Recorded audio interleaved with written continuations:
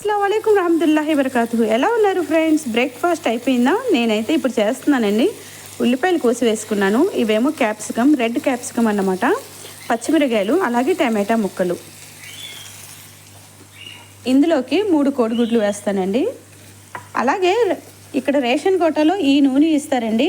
Arab కంట్రీస్లో అంటే కువైట్లో రేషన్ కోటాలో ఈ నూనె వాడతారన్నమాట. ఇదే ఇస్తారు. మినిమం ఒక 6-9 టిన్స్ ఇస్తారన్నమాట. ఇంకా ఈ అరబ్ కంట్రీస్లో కుబుస్ ఇవే తింటారండి ఎక్కువగా. ఇప్పుడు నేను ఇదే తింటాను అనమాట. వెయిట్ చేసుకొని ఎగ్ ఫ్రై రెడీ అయిపోయిందండి. ఇంకా మనం కుబుస్ వేడి చేసుకోవడమే.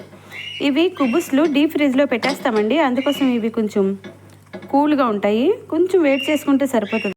ఇండియాలో ఉన్నట్టుగానే కువైట్లో కూడా అన్ని రకాల టిఫిన్స్ అమ్ముతారండి, అవైలబుల్లో ఉంటాయి. కాకపోతే మనీ ఎక్కువగా పే చేయాల్సి వస్తుంది. అందుకోసం మేము ఇంట్లో ఉన్న టిఫినే తినేస్తూ ఉంటామండి. రంజాన్ నెలలో మాత్రం సరుకులు తెచ్చుకొని మనము సొంతంగా వండుకుంటాం అన్నమాట. ఏమీ అంటారు మాకు ఇది